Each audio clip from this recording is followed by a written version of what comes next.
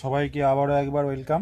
দেখো, আমরা ক্লাস 10-এর ভেদ চ্যাপ্টারে কোষে দেখি 13-র 12 দাগের অঙ্কটি করব এখন। তোমরা সকলে অঙ্কটা দেখো।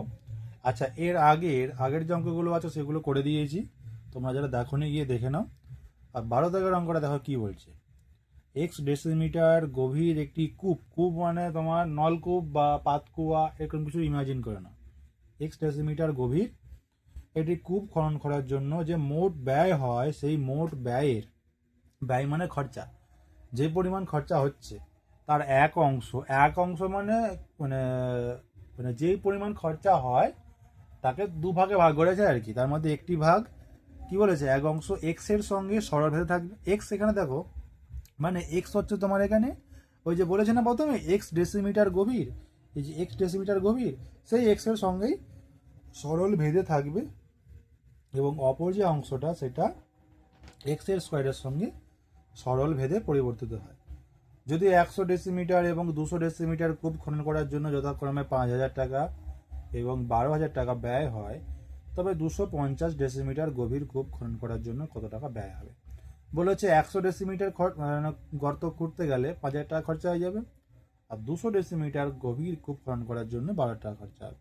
তাহলে 250 ডেসিমিটার গভীর কূপ খুঁড়তে বা খনন করতে কত টাকা ব্যয় হবে সেটা আমাদেরকে নির্ণয় করতে হবে। তাহলে বিষয়টা দেখো, অঙ্কটা কিন্তু খুব ইন্টারেস্টিং। একটু আমাদেরকে ধৈর্য ধরে প্রত্যেকটা ছোট ছোট জিনিস আমাদেরকে বুঝে বুঝে এগোতে হবে, তবে পুরো অঙ্কটা আমরা বুঝতে পারবো। আমরা ধরে নিলাম, ধরো এটা কত দাগের অঙ্ক ছিল গো, 12। ধরে নিলাম যে মোট খরচ ওয়াই টাকা। ধরে নিলাম মোট খরচ সমান ওয়াই টাকা। ধরে নিলাম মোট খরচ ওয়াই টাকা। আচ্ছা, কি বলেছে, ওই যে খরচ হয়েছে সেটা দুটো অংশ আছে, দুটো পার্টে সেটাকে ভেঙে নেওয়া হয়েছে।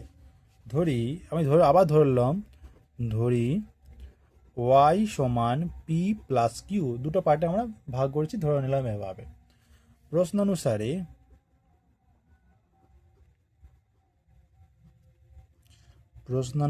কি বলেছে, একটি অংশ এক্স এর সঙ্গে সরল ভেদে আছে, মানে কিরকম, পি ধরে নিলাম, পি কার সঙ্গে না এক্স এর সঙ্গে সরল ভেদে আছে, আর কিউ এক্স এর সঙ্গে তোমার এক্স এর স্কোয়ারের সঙ্গে বা এক্স এর বর্গের সঙ্গে সরল ভেদে আছে।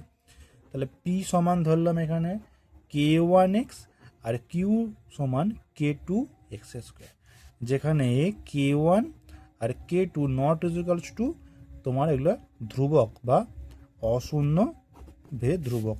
পি সমান k1x আর কিউ সমান k2x²। হলো। দেখো প্রশ্নানুসারে বা প্রশ্নে কি বলেছে,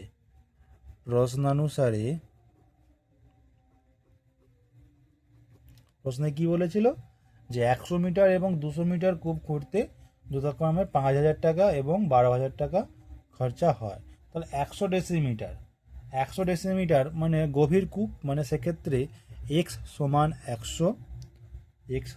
100 ডেসিমি,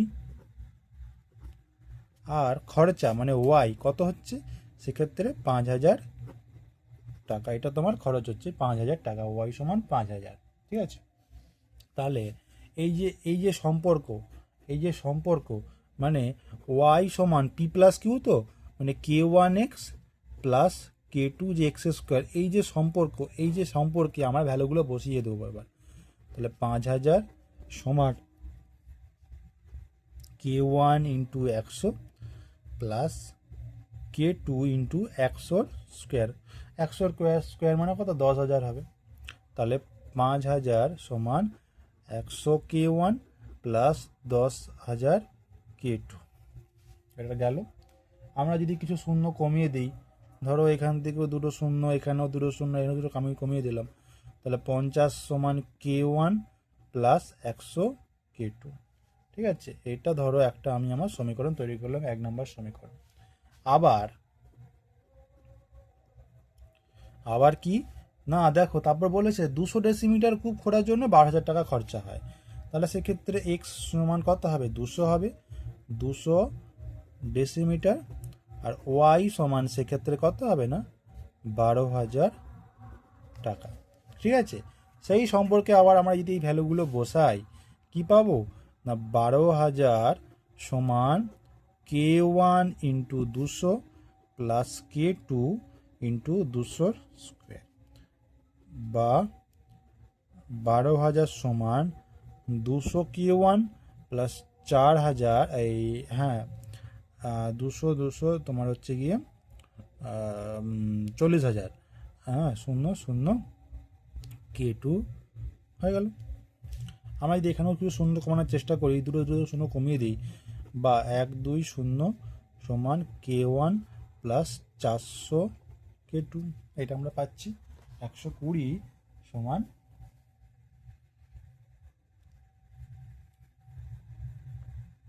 আচ্ছা এখানে 2 ছিল আর 400 K2, বা আমি 2 দিয়ে কেটে দিই 60 সমান K1 প্লাস 200 K2।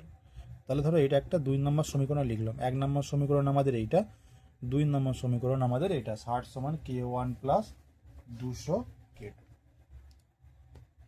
এবার যদি আমরা এই 2 নম্বর সমীকরণ থেকে 1 নম্বর সমীকরণটা বিয়োগ করে দিই, 2 নম্বর থেকে 1 নম্বর সমীকরণ বিয়োগ করে, 2 নম্বর সমীকরণ থেকে যদি আমরা 1 নম্বর সমীকরণ বিয়োগ করে দিই তাহলে কি পাবো না 60। আচ্ছা আমরা যদি ঘুরিয়ে লিখি কেমন হয়, ছাড়ো এভাবেই লিখছি, 60 সমান K1 প্লাস 200 K2, আর নিচে লিখলাম 50 সমান K1 প্লাস 100 K2। বিয়োগ হবে, এটা মাইনাস হয়ে যাবে, মাইনাস হয়ে যাবে, মাইনাস হয়ে যাবে। দেখো প্লাস ছিল মাইনাস, প্লাস ছিল মাইনাস, প্লাসের মানে বিয়োগের সময় সাইন চেঞ্জ হয়। 60 থেকে 50 বিয়োগ হলে 10, K1 K2 কেটে গেল, 200 K2 থেকে 100 K2 বাদ চলে গেল, পড়ে রইল 100 K2। ঠিক আছে, বা K2 সমান কত না 10/100 সমান 1/10। তাহলে অতএব K2 এর মান কত পেলাম না 1/10। এই K2 এর মান আমরা যে কোনো 1 নম্বর বা 2 নম্বর সমীকরণে বসি K1 এর ভ্যালুটি এবার বের করব।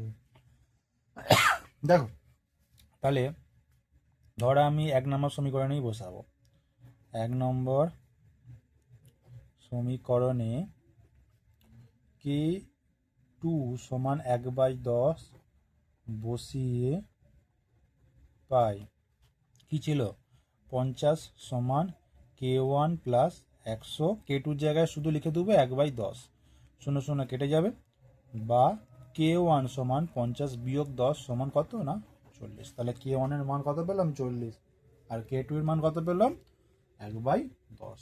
তাহলে K1 সমান 40 আর K2 সমান 1/10, বোঝা গেল। দেখো তাহলে K1 আর K2 এর মান পেয়ে গেল। এবার কি করতে হবে দেখো, এইবার আমরা সেই 1 নাম্বার সমীকরণে এই জায়গাটায় আমরা কি ছিল y সমান K1x প্লাস K2x স্কোয়ার ছিল, সেটা দিয়ে আমরা আবার রিপিট করে লিখি, এই জায়গাটা আমরা লিখে দিচ্ছি y সমান K1x প্লাস K2x স্কোয়ার। তো আচ্ছা প্রশ্ন কি বলেছিল যে 250 ডেসিমিটার গভীর খুব খনন করার জন্য কত খরচ হবে।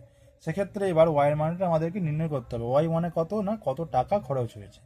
তাহলে ওয়াই সমান K1 এর জায়গাতে ভ্যালু মানে 40 বসিয়ে দেবো, আর এক্স কত বলেছে না 250, এখন 250 যুক্ত K2 এর মান কত 1/10, তার সঙ্গে 250-এর বর্গটা আমরা গুণ করব।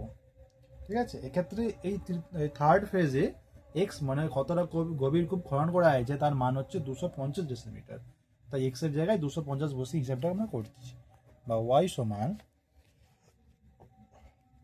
10,000 হয়ে যাবে।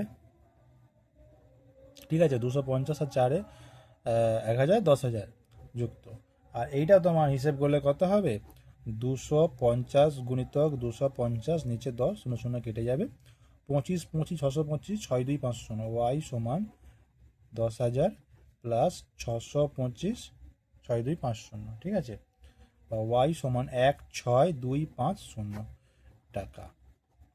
তাহলে 250 ডেসিমিটার গভীর কূপ খনন করার জন্য 16,250 টাকা খরচ হবে। তাহলে লিখে দেবো অতএব 250 ডেসিমি কূপ খনন করার জন্য 16,250 টাকা ব্যয় হবে। অঙ্কটা কিন্তু একটু বোঝার আছে, তোমরা যে জায়গাটায় বুঝতে পারবে না সেই জায়গাটা ভালোভাবে দেখো, তারপরেও যদি সমস্যা হয় আমাকে একটু কমেন্ট করে জানাও, যাতে আমি তোমাদের সমস্যাগুলো বুঝতে পারি এবং আমি চেষ্টা করবো সেগুলোকে সলভ করে দেওয়ার। ঠিক আছে, চলো।